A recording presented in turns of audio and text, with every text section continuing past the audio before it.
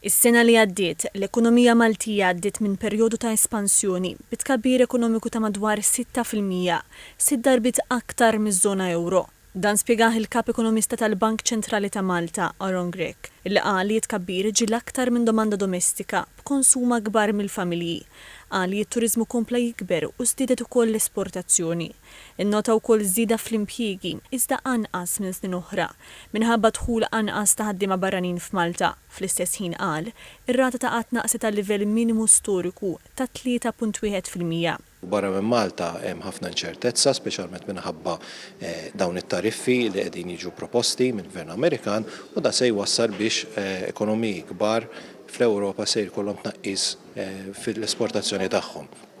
Min-naħa tagħna bħala Malta qed nistennew effett relativament marġinali minn dawn it-tariffi għaliex mhumiex se jolqtu prodotti li nipproduċu aħna u Malta. L-Aġent Gvernatur Alexander De Marco qal li matul 2024 l-ekonomija fiż-żona euro kibret b'rata pjuttost kajmana ta' 0.9%. Bl-aktar żvilupp importanti kien it-tnaqqis fl-inflazzjoni li niżlet għal 2.4%. Fil-fatti fl-ewwel biex ngħidu hekk 3 xhur ta' din is-sena komplejna naraw li l-inflazzjoni baqgħet nieżla kif konna qed nipproġettaw u anki għal matul is-sena kollha qed naraw li l-inflazzjoni fiż-żona euro tkompli nieżel madwar 2%. L-Aġent Gvernatur qal li l-bank irnexxielu jdawwar l-andament finanzjarju tiegħu u reġistra profitt ta' 4.95 miljun euro għas-sena finanzjarja li jintemed f'Diċembru tal-2024.